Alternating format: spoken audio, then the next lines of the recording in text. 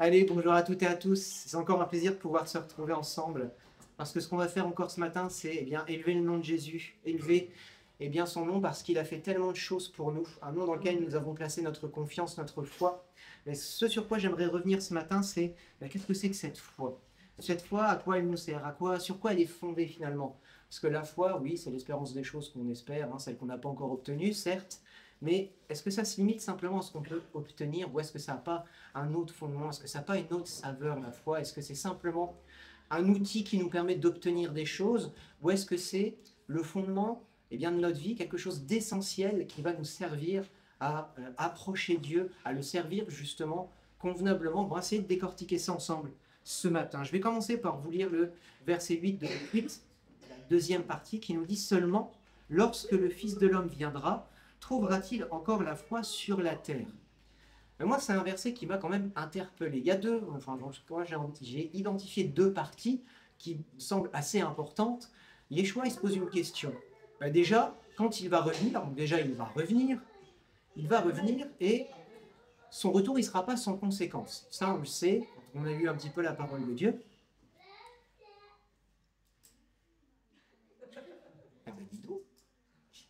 Et la deuxième chose qui est extrêmement importante ici, c'est Jésus, il va revenir et il se pose la question, est-ce qu'il trouvera encore la foi quand il reviendra? Ça peut paraître un peu étonnant, Yeshua, celui qui est censé connaître toutes choses, il se pose la question s'il va encore trouver la foi quand il reviendra. Il se demande si, quand il sera revenu, des gens auront gardé cette foi qu'il leur aura donnée. Donc, on peut se poser la question finalement, c'est quoi cette foi que Jésus s'attend à retrouver ou pas à son retour? Est-ce que, simplement, c'est justement, comme je le disais, juste un outil qui va nous permettre d'obtenir quelque chose, les promesses que Dieu nous a faites? Est-ce que simplement la foi sert juste à obtenir ces promesses ou est-ce que Jésus s'attend à retrouver autre chose quand il reviendra? Parce qu'on peut se poser la question, Jésus, il interpelle quand même ses disciples. Quand on lit un petit peu le contexte, voilà, c'est la parabole du juge inique. Il leur dit, il y a une vieille femme qui vient tanner un juge jusqu'à ce qu'elle obtienne ce qu'elle voulait.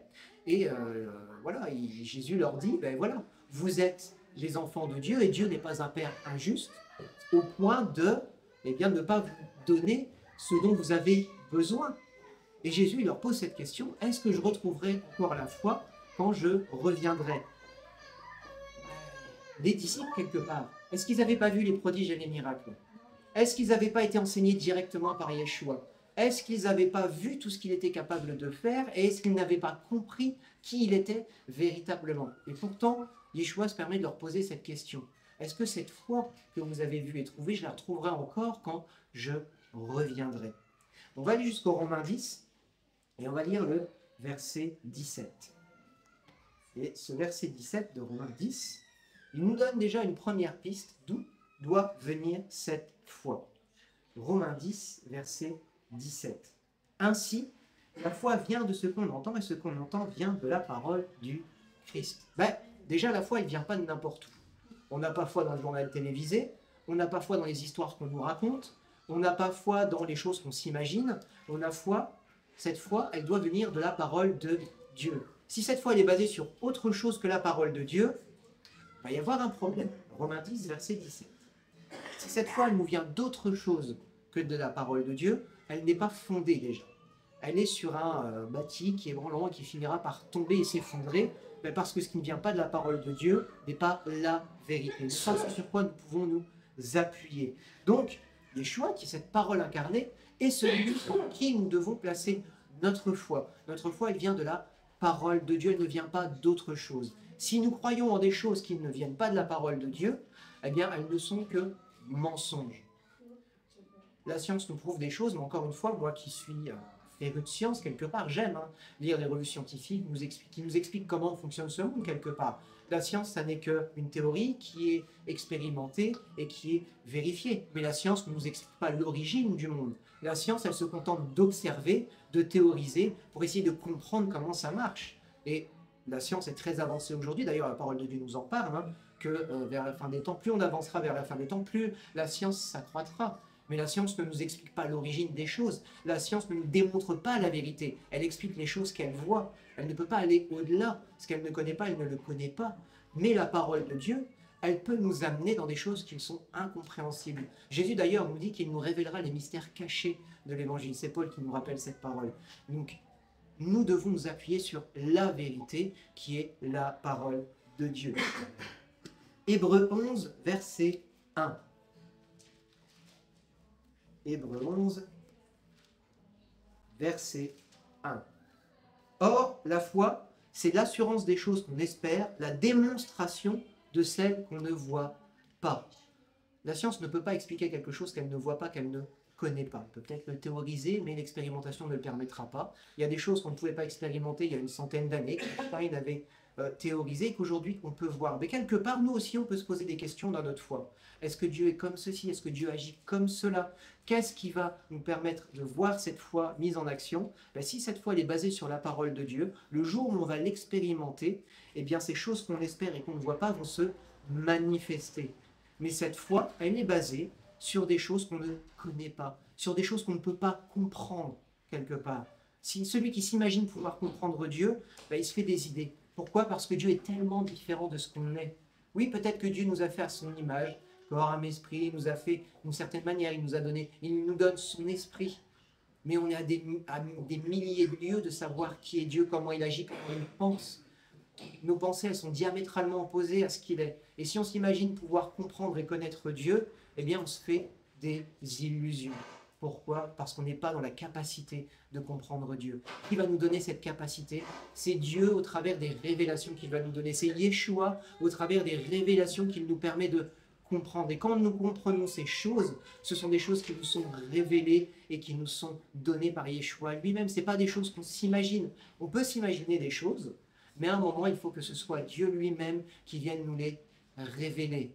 Et il va nous révéler soit, ce qu'on croyait était juste, et par l'expérimentation et par la révélation, ça nous est donné, soit ce qu'on croyait était faux, et par l'expérimentation et par la révélation, ça nous est donné. Mais Dieu va épurer, émonder, et au travers de cette foi que nous mettons en action et en pratique, Dieu va affiner quoi? Il va affiner qui il est, ce qu'il pense, ce qu'il désire, pour que nous soyons toujours plus à sa ressemblance. La foi, elle ne doit pas nous amener loin de Dieu. Au contraire, la foi, elle doit nous rapprocher de Dieu. La foi, elle est fondée sur la parole de Dieu, et c'est Dieu qui nous la révèle, parce que ce qu'il doit nous révéler nous est caché, parce qu'on n'est pas dans la capacité de le comprendre. Hébreux 11.1, la foi, c'est l'assurance des choses qu'on espère, la démonstration de celles qu'on ne voit pas. Cette foi, elle doit nous amener, elle ne doit pas nous laisser en plan à un arrêt. Ok, j'ai compris, je m'arrête, c'est tout, c'est fini. J'ai donné ma vie à Christ, c'est bon, ma vie elle est terminée, j'ai plus qu'à attendre de mourir pour aller dans la vie éternelle. C'est pas ça du tout. La foi, ça doit être un moteur qui nous amène toujours plus loin. Elle doit nous amener à chercher ces choses cachées. Elle doit nous amener à avoir soif de ce que Dieu veut nous révéler. La foi, c'est pas simplement, ok, je crois en Dieu, c'est bon, je suis sauvé, fini, terminé. Non, cette foi, elle doit nous amener un pas plus loin. Cette foi, elle doit nous amener à chercher qui est Dieu, à chercher sa volonté. Amen. Mais est-ce que ce salut, qui est quand même le départ de ta foi, est-ce que ce salut est une vérité dans ton cœur, ou est-ce que c'est encore quelque chose dont tu doutes? Est-ce que Dieu t'a donné la révélation véritablement que tu étais sauvé? Est-ce que Dieu t'a donné la révélation que parce que tu as mis ta confiance en lui, eh bien ce salut, tu l'avais obtenu? Parce qu'encore une fois, ce salut, ce n'est pas sur la base d'œuvres qu'on le reçoit, c'est sur la base de notre foi. Est-ce que ce salut, tu l'as vraiment reçu dans ton cœur? Est-ce que cette première œuvre que Dieu a fait pour toi, elle est attestée en toi? Est-ce que si on te demande, est-ce que tu as la certitude de ton salut? Est-ce que tu sais que tu es sauvé? Est-ce que c'est simplement intellectuel? Est-ce que tu l'as compris? Ben oui, parce que la parole de Dieu le dit. Effectivement, tu fais confiance à cette parole. Ou est-ce que c'est quelque chose que Dieu t'a révélé? Est-ce que c'est quelque chose qui est inscrit au plus profond de ton cœur? Comme on l'a chanté, Abba Père, cet esprit qui nous permet de crier Abba Père. Est-ce que c'est une vérité pour toi? Est-ce que Dieu est devenu ton Père parce qu'il t'a adopté, parce qu'il t'a racheté de la mort? Aujourd'hui, je voudrais te poser cette question, parce que je me la suis posée aussi de nombreuses fois. Est-ce que j'ai la certitude de mon salut? Parce que si cette foi-là n'est pas ancrée en moi, si cette foi-là n'est pas ancrée dans ton cœur, si ce n'est pas une certitude pour toi, pourquoi est-ce que tu fais ces choses que tu fais pour Dieu? Ça sert à quoi de louer si tu n'es pas certain d'être sauvé? Ça sert à quoi d'aller annoncer l'évangile si pour toi-même, ce n'est pas une certitude dans ton cœur? Est-ce que la foi de ton salut, elle est quelque chose d'ancré profondément en toi? Parce que si demain, le monde vient te ravir tout ce que tu as, il te vole ta santé, il te vole ton travail, il te vole tes frères et sœurs, il te vole ta capacité de même agir par toi-même. Hein, peut-être, moi, c'est quelque chose qui m'angoisse, entre guillemets, mais quand je vois ces gens, ces hommes et ces femmes qui, à cause de la maladie, sont enfermés dans leur corps, si je me retrouvais dans cette situation même, est-ce que la joie de mon salut, elle est encore ancrée en moi? Est-ce que j'ai cette certitude d'être sauvé? Est-ce que j'ai cette certitude que la foi que j'ai, elle ne dépend pas de tout ce que je peux faire et de tout ce que je peux avoir, mais de ce qu'est véritablement Dieu et de ce qu'il a déposé dans mon cœur? C'est une vraie question à se poser, parce que s'il n'y a pas déjà ça, le reste, il va pas vous servir. C'est bien quelque part, oui, on sert Dieu, on veut l'aimer, on veut montrer qu'on l'aime au travers de nos œuvres, mais si déjà à la base, le salut que Dieu veut te donner, tu ne l'as pas reçu véritablement, pose-toi les bonnes questions. Arrête ce que tu fais parce que là, il en va de ta vie. Arrête ce que tu fais, mets en pause et rapproche-toi de Dieu et dis-lui, mais Seigneur, je crois en toi, mais je veux la certitude de mon salut. J'ai besoin de cette nouvelle naissance. On parle de nouvelle naissance finalement, qu'est-ce que c'est? C'est un jour tu étais perdu, tu as cru en Dieu et Dieu t'a délivré de la mort. C'est le premier pas. Si déjà là, ta foi n'est pas fondée, il y a un problème. Pourquoi? Parce que cette foi, elle ne vient pas de nous-mêmes. On ne peut pas produire cette foi. Romains 12, verset 3. Romains 12, verset 3 nous explique que par la grâce qui m'a été donnée, je dis à chacun d'entre vous de ne pas avoir de prétentions excessives et déraisonnables, mais d'être assez raisonnable pour avoir de la modération, chacun selon la mesure de foi que Dieu lui a départie. Selon la mesure que Dieu lui a départie. Alors là, dans le contexte, effectivement, c'est plus, n'aspirez pas à des choses auxquelles Dieu ne vous a pas appelé, mais ça veut quand même dire que Dieu nous a donné une mesure de foi, et la première des mesures de foi que Dieu doit nous donner, que Dieu nous donne, c'est celle de notre salut. Si cette mesure de foi n'est pas là, sur quoi tu construis? C'est quoi la fondation de ta foi? Tu travailles pour ton salut quelque part si tu fais ça. Peut-être que si je fais ces choses, je serai suffisamment digne de m'approcher du Seigneur. Mais tu n'es pas digne de t'approcher de Dieu. Je ne suis pas digne de m'approcher de Dieu. Rien de ce qu'on peut faire ne peut nous rendre dignes. On était perdus. Encore une fois, j'ai déjà répété souvent ici, le prix pour le rachat de notre vie, c'était notre vie. Il y a quelque chose qui ne va pas. Mais Dieu, il a payé ce prix à notre place en envoyant son Fils pour que ce prix soit payé et que nous n'ayons plus à le payer pour que nous puissions nous approcher librement de lui. Comment? En mettant toute notre confiance en lui, en ce que cette mesure de foi, au moment où nous croyons, soit déposée en nous et que nous recevions cette certitude. Ça ne peut pas être autre chose, la fondation de notre foi. Si notre foi, c'est je vais faire un maximum pour Dieu pour être digne de lui, on a complètement loupé l'objectif de ce que Yeshua était venu faire pour nous. La fondation de notre foi, ça doit être Yeshua mort à la croix à notre place. Et à partir de là, on peut faire toutes les œuvres que Dieu nous a préparées de toute éternité. Pourquoi? Parce que ce n'est pas pour notre salut que nous travaillons. C'est pour faire plaisir à Dieu. C'est parce que nous avons compris que derrière ces œuvres, il y avait un objectif, c'était celui d'élever le nom du Seigneur pour que ceux qui ont besoin de le connaître puissent venir à sa rencontre aussi. On a encore fait un atelier d'évangélisation ce mercredi qui nous expliquait à quel point il était important de pouvoir faire cette œuvre.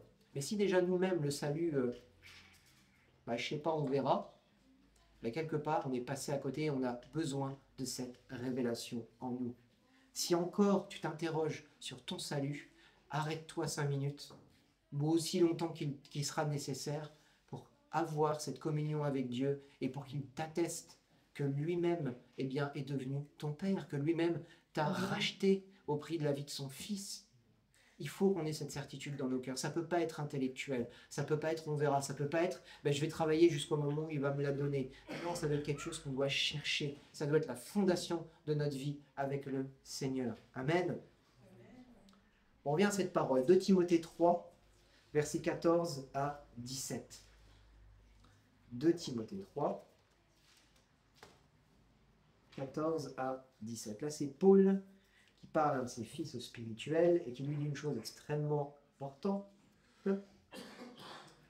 Toi, donc il parle à Timothée, il ne parle pas à ceux qui le conduisent, il ne parle pas aux autres, il parle à Timothée, et nous, on doit aussi prendre cette parole pour nous-mêmes. Nous sommes nous-mêmes responsables de notre foi. Notre foi, elle ne dépend pas des autres, elle dépend de nous-mêmes. Donc prenons cette parole. Toi, reste attaché à ce que tu as appris et qui est l'objet de ta foi. Tu sais de qui tu l'as appris. Depuis ton enfance, tu connais les écrits sacrés. Ils peuvent te donner la sagesse en vue du salut par la foi en Christ Jésus. Toute écriture est inspirée de Dieu et utile pour enseigner, pour convaincre, pour redresser, pour rééduquer dans la justice, afin que l'homme de Dieu soit adapté et préparé à toute œuvre bonne. Là, il n'est pas question de quelqu'un d'autre. Alors oui, effectivement, Timothée était le pasteur d'une congrégation, il était celui qui eh bien, avait été appelé pour amener les hommes et les femmes à croire en Yeshua et en Dieu, mais là, c'est vraiment à Timothée qu'il s'adresse. Il lui dit que la parole de Dieu, elle est bonne pour l'éduquer, elle est bonne pour l'enseigner, pour le redresser quand il en a besoin, hein, dans la justice. Et cette parole, elle nous est utile. Nous devons baser notre foi sur cette parole. Pourquoi? Parce que c'est cette parole qui va nous conduire jour après jour sur les sentiers de la justice. Au fur et à mesure de notre progression avec Dieu, notre foi va être fortifiée de parce que cette parole va nous enseigner. Mais attention, il y a une alerte.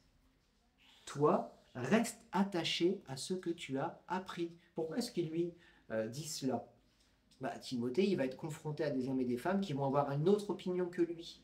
Il va être confronté à des hommes et des femmes, notamment des juifs, qui vont être là. Alors, je ne suis pas en train d'appuyer sur les juifs, hein, bien d'autres. On se remet dans le contexte de l'époque, bien sûr. On avait des hommes et des femmes qui étaient juifs. Paul en est un bon exemple, mais qui avaient reconnu en Yeshua qu'il était leur Messie. Mais il y en avait d'autres qui se battaient farouchement contre cela. Et moi, là, je vous parle de cela, de ceux qui se battaient farouchement contre Yeshua, le Messie. Eh bien, il va être confronté à des hommes et des femmes qui vont vouloir détruire cette doctrine, qui vont vouloir s'en prendre à lui physiquement, qui vont vouloir s'en prendre à lui au travers de leur connaissance. Eh bien, Paul lui dit, toi, reste attaché à ce que tu as appris et qui est l'objet de ta foi.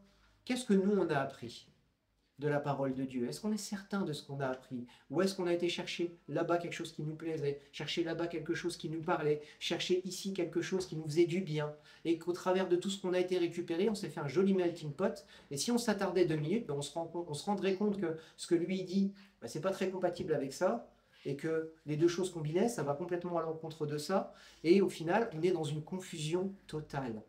Apprenons à nous remettre dans les mains du Seigneur, dans ce que nous devons recevoir pour fonder notre foi. Sinon, notre foi, elle est fondée sur quoi? Sur la doctrine de l'un, puis la doctrine de l'autre. Et puis, comme en général, on prend des choses qui nous plaisent bien, on ne va pas vérifier, parce que ça nous plaît, ça nous fait du bien.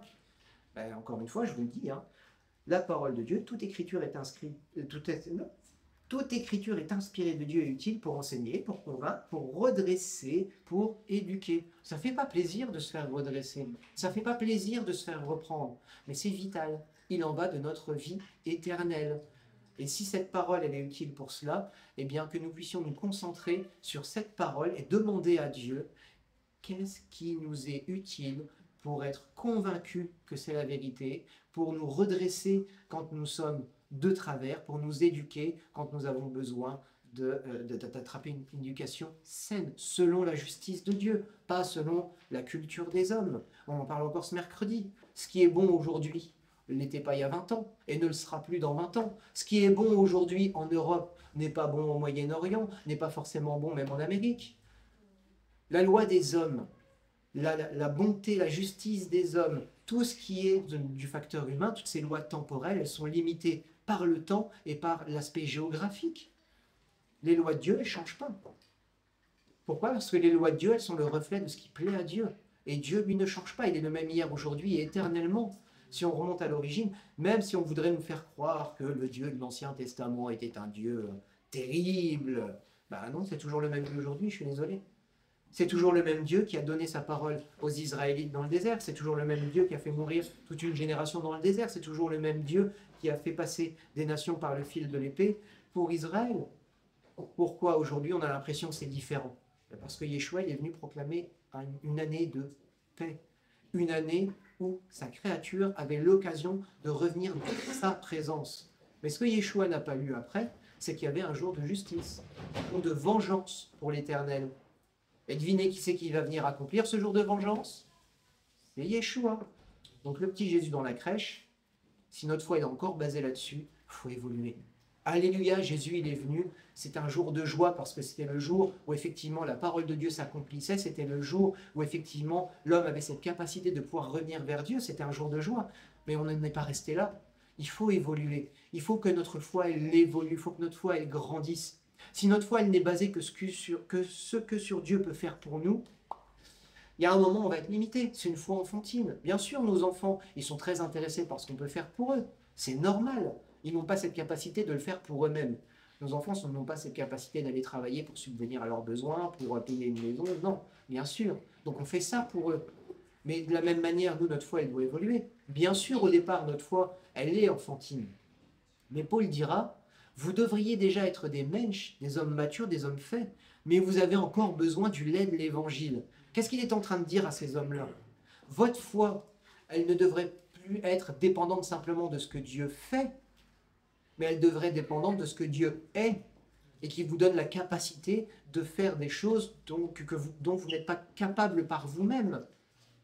Et nous, notre foi, où est-ce qu'elle en est? Ça fait combien de temps qu'on connaît le Seigneur et où est-ce qu'on en est avec lui?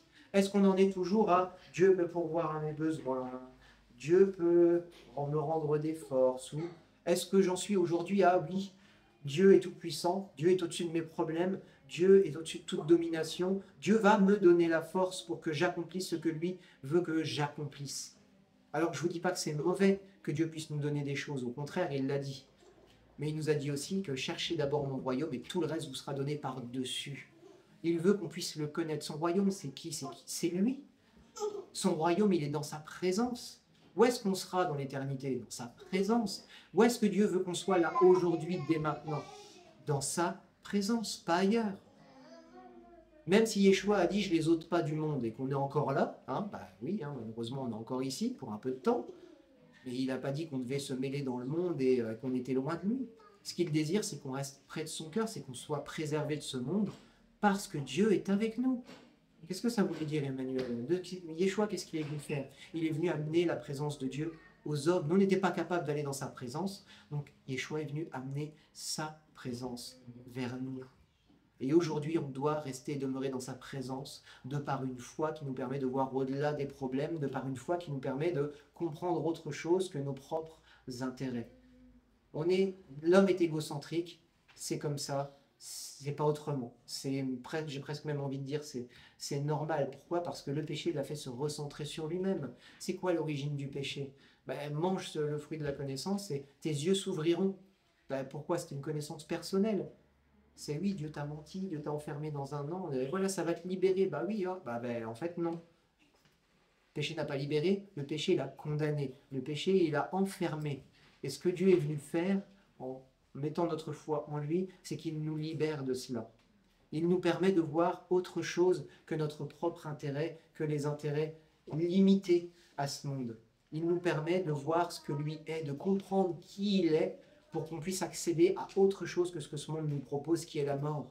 Il veut qu'on puisse accéder à cette vie éternelle. Et cette vie éternelle, qu'est-ce que c'est? C'est de te connaître, toi, le seul vrai Dieu, et celui que tu as envoyé. Amen.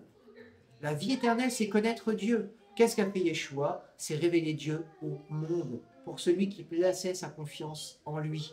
Pas pour celui qui était son ennemi. Celui qui était son ennemi, il n'a jamais voulu le connaître. Au contraire, il l'a rejeté. Mais celui qui voulait le connaître, il s'est révélé à lui. À celui qui voulait le connaître, il lui a manifesté qui il était et surtout, il lui a révélé qui était Dieu au travers de lui. Quand il posera la question à ses disciples, et vous, qui dites-vous que je suis? Tu es celui que Dieu a envoyé. Tu es Yeshua le Messie. Ils l'ont reconnu. Pourquoi? Parce qu'ils ont eu cette humilité de reconnaître ce que Dieu pouvait accomplir au travers de Yeshua. Et nous, on doit avoir cette même humilité, de se fonder sur la parole de Dieu et d'avoir cette foi que si Dieu l'a dit, Dieu l'accomplira. Et ne pas dire, puisque Dieu ne l'a pas encore accompli, eh bien je ne le ferai pas. C'est ça la démarche de foi, l'espérance des choses qui ne sont pas encore. Dieu a dit qu'il le ferait, et puisque notre foi elle est basée non pas sur les actions de Dieu, mais sur qui est Dieu, puisque Dieu est fidèle, et puisque Dieu accomplit toujours ce qu'il dit, alors je vais me mettre en route. Sinon, notre foi, elle est quoi? Notre foi, elle est tiède. Notre foi, elle nous amène nulle part. Si notre foi elle est basée sur ce que Dieu peut faire, bah oui, on va rester sur le fait que Dieu m'a sauvé, parce que ça c'est une œuvre qui n'implique aucune action de notre part. Par contre, si on va jusqu'en Josué, si on revient, je ne sais pas comment on peut dire, si on revient en Josué 1 et qu'on prend les versets 7 et 9, 7 à 9, c'est des versets qu'on connaît tous, Josué 1, versets 7 à 9 nous disent « Seulement fortifie-toi et bon courage en observant et en mettant en pratique toute la loi que t'a prescrite Moïse, mon serviteur, ne t'en détourne ni à droite ni à gauche, afin de réussir partout où tu iras. Ce livre de la loi ne s'éloignera pas de ta bouche, tu y méditeras jour et nuit pour observer et mettre en pratique tout ce qui y est écrit, car c'est alors que tu mèneras à bien tes entreprises, c'est alors que tu réussiras. Ne t'ai-je pas donné cet ordre? Fortifie-toi et prends courage. Ne t'effraie pas et ne t'épouvante pas, car l'Éternel, ton Dieu, est avec toi partout où tu iras. » Est-ce que Josué avait la foi? Oui, il l'a déjà démontré, puisqu'il fait partie des seuls à avoir traversé ce désert et être rentré dans la terre promise. Pourtant, Dieu lui dit une chose, fortifie-toi et prends courage, parce que voir mes promesses, ça va t'en demander du courage. Ça ne va pas se faire tout seul. Mais t'inquiète pas, parce que moi, je serai avec toi.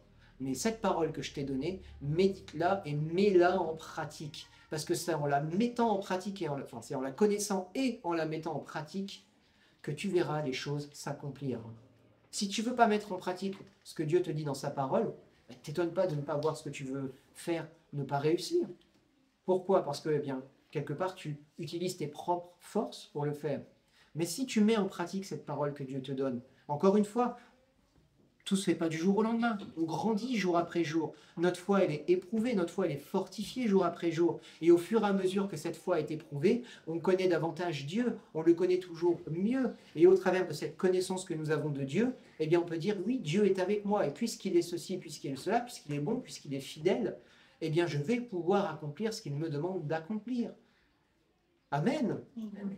Mais si tu ne mets pas en pratique ce que Dieu te démontre dans sa parole, que sans cesse tu retournes à tes anciens travers, que sans cesse tu retournes à tes propres voies pour accomplir les choses, ne t'étonne pas de ne pas voir ta vie avancer, tourner en rond.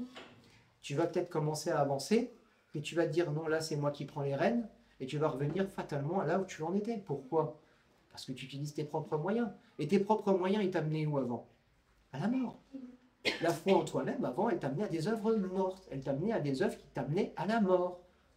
Pourtant, là, aujourd'hui, Dieu te dit, fortifie-toi, prends courage, médite ma parole, puisque je vous le rappelle, la base de notre foi, c'est quoi? C'est la parole de Dieu. La parole, enfin, notre foi, elle vient de ce qu'on entend, et ce qu'on entend vient de la parole de Dieu. Encore une fois, on ne met pas notre foi dans le journal télévisé, on ne met pas notre foi dans la science, on ne met pas notre foi dans ce que les hommes peuvent nous raconter, on ne met pas notre foi dans nos propres fables, on met notre foi dans la parole de Dieu, qu'on médite jour et nuit et qu'on met en pratique. S'il n'y a pas ces deux éléments, notre foi, on pourrait avoir la plus grande foi spirituelle du monde, s'il n'y a pas de pratique, notre foi, elle va nous mener nulle part. Notre foi, elle va s'arrêter à « je suis sauvé, merci Seigneur, maintenant j'attends la mort et je serai sauvé, merci ». C'est pas ça, notre foi, elle doit nous amener plus loin. Si on reprend le passage, on ne va pas le lire, hein, c'est Jean 15, verset 1 à 11, c'est le cep et les sarments. Là aussi, il nous est parlé de porter du fruit. Si on a été greffé sur l'olivier franc, si on a été greffé sur le vrai cep qui est Yeshua, c'est pas simplement pour recevoir sa vie et puis rester là tranquillement, non. C'est quoi? Les branches qui portent pas de fruits, qu'est-ce qu'il en fait? Il les coupe, il les jette au feu. J'ai pas envie d'être jeté au feu. Par contre, si j'ai été greffé sur ce cep, j'ai envie de porter du fruit. Je vais en porter, alléluia. Qu'est-ce que Jésus va faire? Il va émonder, clac, clac. C'est pas forcément agréable hein, de se faire émonder, de se faire travailler, de se faire limer pour pouvoir porter quoi? Encore plus de fruits.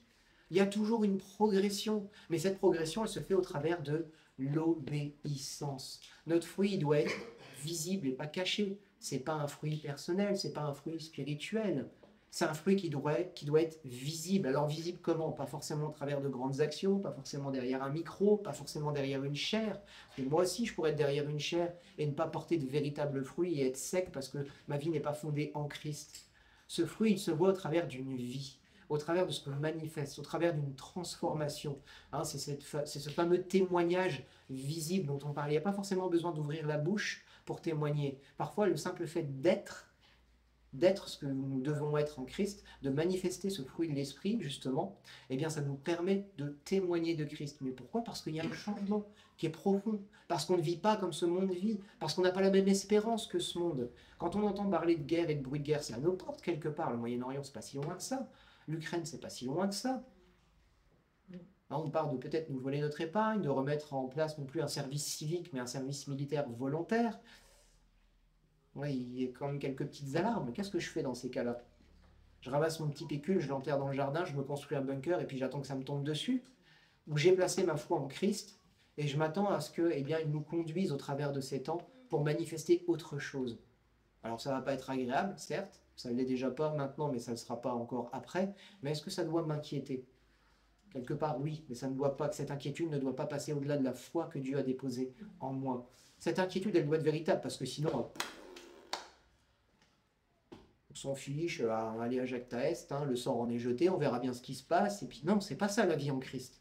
La vie en Christ, c'est prendre conscience de ce qui m'entoure, mais que la foi de Dieu me permette de ne pas agir comme ce monde va agir. Cette foi, elle doit être ancrée en moi pour me permettre de démontrer autre chose que ce que ce monde veut démontrer. Et là, on va faire une différence. Là, on verra la différence entre celui qui sert et qui ne sert pas. Malachie 3, versets 16 à 18. On va le relire parce que ça fait du bien quand même, quelque part. Est-ce qu'on se donne du mal? Oui. Et souvent, on a l'impression qu'il n'y a rien qui se passe. Pourtant, il arrivera un temps où Malachie 3, versets 16 à 18, « Alors ceux qui craignent l'Éternel se parlèrent l'un à l'autre. L'Éternel fut attentif et il écouta. » L'Éternel ne vous a pas oublié. Ce n'est pas parce que vous êtes là aujourd'hui dans la difficulté, vous avez l'impression que Dieu vous a laissé de côté ou que Dieu ne vous entend pas. Non, non, Dieu vous entend. Dieu est attentif. L'Éternel fut attentif et il écouta. Et un livre du souvenir fut écrit devant lui pour ceux qui craignent l'Éternel et qui respectent son nom. Ils seront à moi, dit l'Éternel des armées. Ils m'appartiendront en propre au jour que je prépare. Je les épargnerai comme un homme épargne son fils qui le sert. Et vous verrez de nouveau la différence entre un juste et un méchant, entre celui qui sert Dieu et celui qui ne le sert pas. Les efforts qu'on fait, ils ne sont pas en vain. Même si on n'en va pas les fruits aujourd'hui, même si ça reste difficile, même si on est encore accablé, même si on nous prend pour des hurluberlus, même si on nous prend pour des fous, Dieu ne nous a pas oubliés. Tout ce qu'on fait, tout est inscrit dans un livre qui se tient devant lui, un livre du souvenir pour les fils qui le craignent et qui le servent. On a mis notre foi en lui, mais encore une fois, ce qui fait bouger la main de Dieu, c'est celui qui le craint et qui le sert. C'est celui qui a sa foi en lui et c'est celui qui met sa foi en action. Amen. Alors, on ne peut pas ne pas penser à la parabole des talents quand on parle de ça. 3 serviteurs, parabole des talents, Matthieu 25, versets 14 à 30. 3 serviteurs. Un qui reçoit 10 talents, un qui reçoit 5, un qui reçoit 1. Donc un qui est capable de gérer beaucoup, un qui est capable de gérer un peu moins, et un qui est capable de gérer peu. Le maître le sait. Il a donné à chacun selon ce qu'ils étaient capables de faire. Pourtant, la foi qu'ils ont chacun dans leur maître, la connaissance qu'ils ont chacun dans leur maître, ne doit pas les amener à agir de la même manière. Les 2 premiers, ils savent qui il est, ils savent la confiance que le maître a mis en eux et ils vont travailler selon ce que cette confiance qu'a le maître en eux. Le premier va rapporter autant de talent que le maître lui avait donné, le deuxième aussi également, alors peut-être pas autant forcément parce qu'il avait reçu moins et qu'il était capable de gérer moins, mais le maître sera content de la même manière pour les deux. Quand il revient, il dit la même chose aux deux. Viens bon et fidèle serviteur. Donc les deux ont été bons et fidèles. Le maître, ça ne lui importe pas la somme de ce qui a été rapporté, de la même manière que Dieu se fiche quelque part de la somme de travail qu'on va faire pour lui. Ce qu'il désire, c'est qu'on accomplisse le travail qu'il nous a préparé.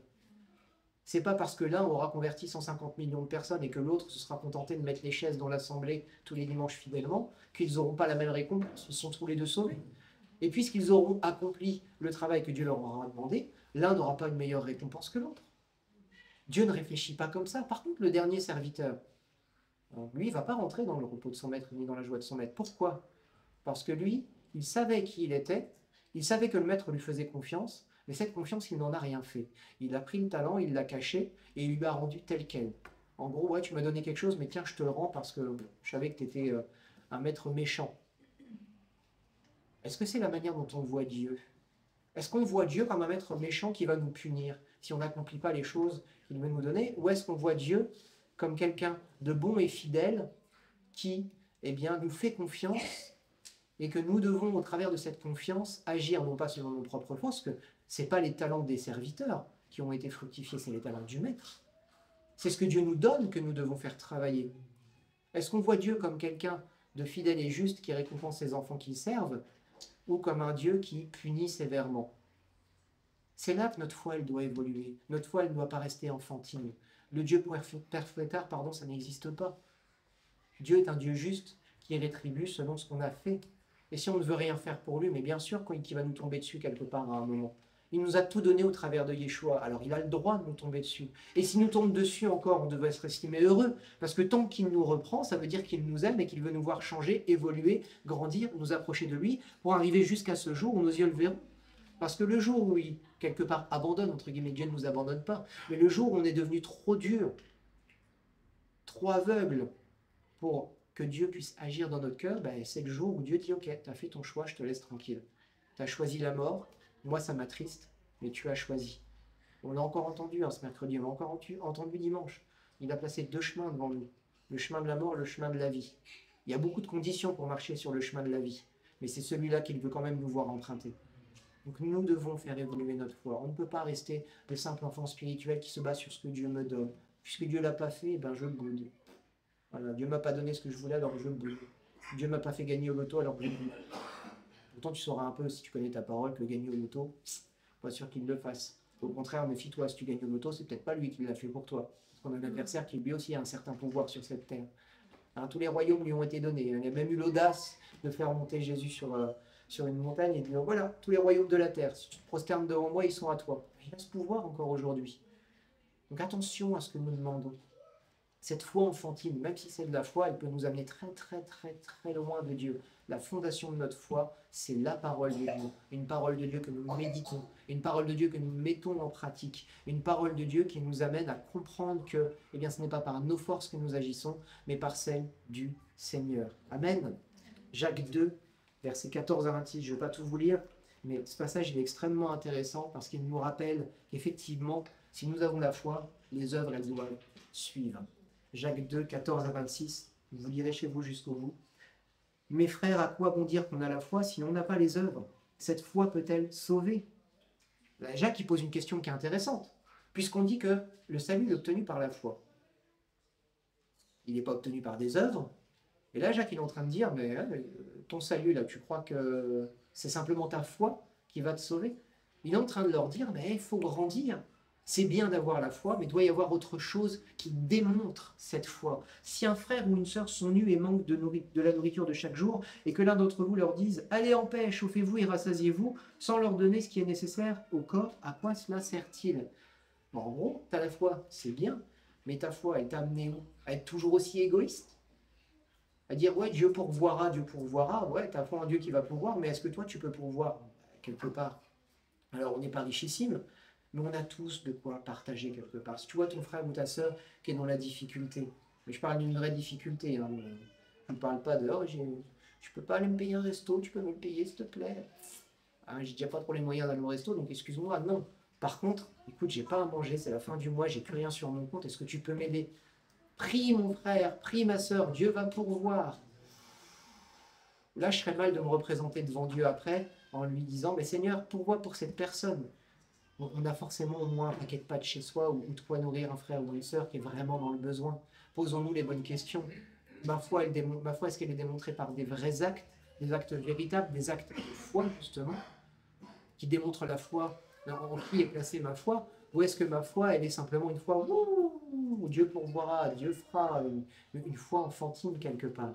Je continue.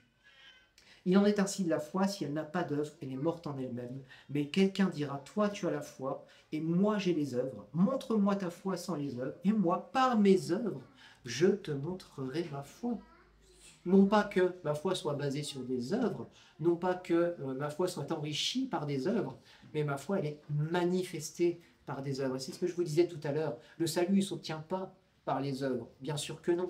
Mais si il n'y a pas d'œuvre pour manifester la foi que Dieu a placée dans notre cœur, notre foi elle est morte, notre foi elle